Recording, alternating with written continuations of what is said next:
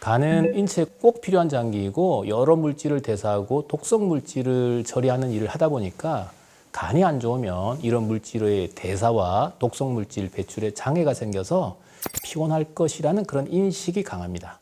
또 이전에 유행했던 광고의 영향도 있습니다. 간 수치가 약간 올라가면 대부분 무증상입니다. 피로도 느끼지 못합니다. 우연히 검사에서 발견되는 경우가 많습니다.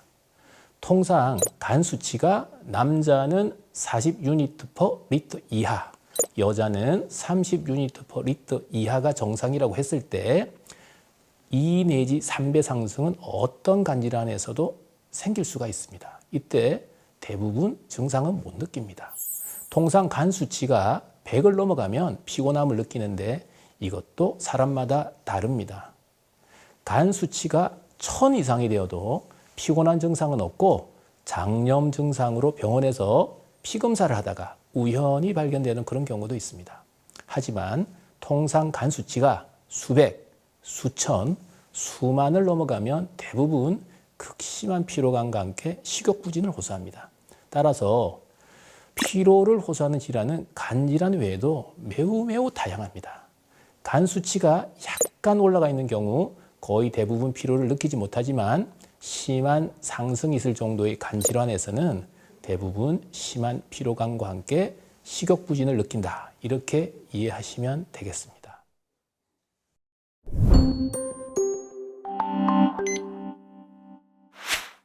간 수치가 약간 상승한다고 해서 느껴지는 증상은 없습니다. 그냥 다만 약간 피로하다라고 느낀 분도 거의 별로 없는 것 같아요. 몸이 좀 이상하다 뭐 이런 분들은 좀 있는 것 같습니다. 그 외에 우상복부에 지방간이 있으면 이제 간이 커지니까 불편감이 있고요. 평소와 달리 뭐 술이 좀 잘 안 깨는 증상 등이 간 수치가 경하게 올라갔을 때 호소하는 증상입니다. 하지만 간 수치가 수백, 수천, 수만을 넘으면 극심한 피로감, 식사를 전혀 못할 정도로 식욕이 뚝 떨어지거든요. 그래서 본인 스스로가 도저히 이래서는 안 되겠다 싶어서 병원에 스스로 입원을 하러 옵니다. 간 수치 중에서도 이제 빌리루빈 수치가 올라가면 황달이 생기는데 이 빌리루빈 수치가 정상은 1.4 이하이지만 2.5를 넘어가면 이제 눈 흰자위가 노래지기 시작하고요. 5를 넘어가면 온몸이 이제 노랗게 변합니다. 그래서 황달까지 생기면 간이 이제 심각하게 손상을 받았음을 의미합니다. 주로 간경변증이 심해졌거나 간경변증이 있는 분이 또 간암이 생겼을 때 또 심한 급성으로 간부전이 올 때 나타나는 증상들인데요. 제일 흔히 보는 경우가 황달이 있겠고요. 두 번째가 배에 물이 차는 복수가 있습니다. 배가 나온 거와 복수는 틀립니다. 배가 나오는 분들은 이제 몸도 좀 살이 찌시고 배꼽도 그냥 이렇게 들어가 있지만 복수가 있는 분들은 보통 팔다리는 가늘고 배는 많이 나와 있는데 배꼽은 이렇게 툭 튀어나와 있는 경우가 많겠고요. 또 이 물이 흉곽에 가슴에 차는 경우도 있습니다. 호흡 불편감으로 오시는데 이제 흉수가 차는 경우도 있겠고 복수가 생기면 물이 고여 있기 때문에 복막염이 잘 생겨요. 그래서 이제 복통을 호소하는 경우가 있겠고 피부를 이렇게 보면 거미 혈관종이라 그래서 이제 거미 다리 모양으로 혈관이 이렇게 되어 있는 경우가 있는데 그걸 거미 혈관종이라고 합니다. 그리고 남자들 같은 경우에는 여성형 유방이 생길 수 있는데 얘는 이제 에스트로겐이 이제 간에서 대사가 잘 안 돼 가지고요. 에스트로겐이 올라가니까 남자들도 이제 여성형 유방이 생기는 거예요. 그리고 손바닥에 이제 뻘겋게 변하는 수장 공반이 있고 간성 혼수가 있으면 눈을 이렇게 개슴츠레하게 좀 뜨고요.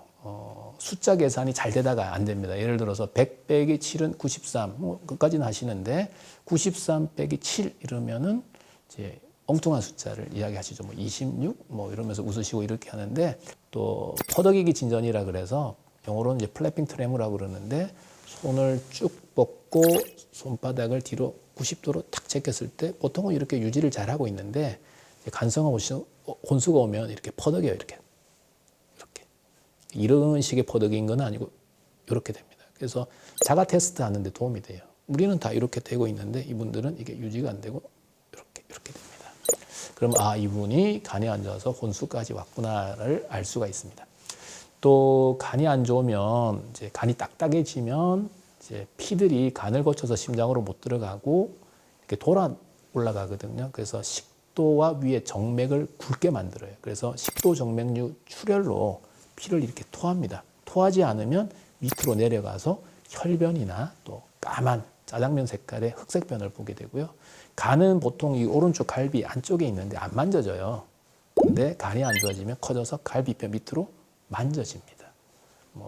흔히 말해서 간이 배 밖으로 나왔다가 보통 이때 많이 이야기를 하고요. 정상 간은 안 만져집니다. 그리고 입에서 이제 호흡을 하면 구취가 냄새가 좀 나고요.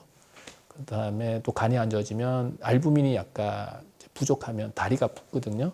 이 특징이 손으로 누르면 쑥 들어가서 안 나옵니다. 이걸 함몰부종이라고 합니다. 그리고 간에서 응고인자를 잘 못 만들기 때문에 멍이 잘 들어요. 그리고 간이 안 좋은 분들은 왼쪽에 있는 비장이 커져서 혈소판이 떨어져 있거든요. 그래서 한번 탁 부딪히면 멍이 잘 들고 잘 안 나아요. 왼쪽 비장이 또 커져 있으면 장기는 커지면 아프거든요. 그래서 왼쪽이 또 아파요. 이렇게 오시기도 합니다. 또 간이 안 좋으면 면역력이 떨어져서 감염이 잘 옵니다. 폐혈증이 잘 생기는데요. 이게 사실은 간이 안 좋은 분들이 제일 무서워하는 생명의 위협을 가장 많이 주는 합병증 중에 하나입니다. 이 폐혈증 오면 잘 회복이 안 되는 경우가 꽤 많습니다. 그리고 호흡이 곤란해지는 경우가 있고요. 간이 안 좋아지면 폐도 같이 안 좋아지는 그런 증후군이 있어서 호흡도 곤란해집니다. 그리고 간도 췌장 못지않게 혈당 조절이 중요한 장기인데 간이 안 좋아지면 당뇨가 생기는 거예요. 이걸 간성 당뇨라고 합니다. 그래서 지금까지 말씀드린 이런 증상이나 사인이 있는 분들은 꼭 병원에 가셔가지고 내 간은 어떤지 검사를 받아보셔야 합니다.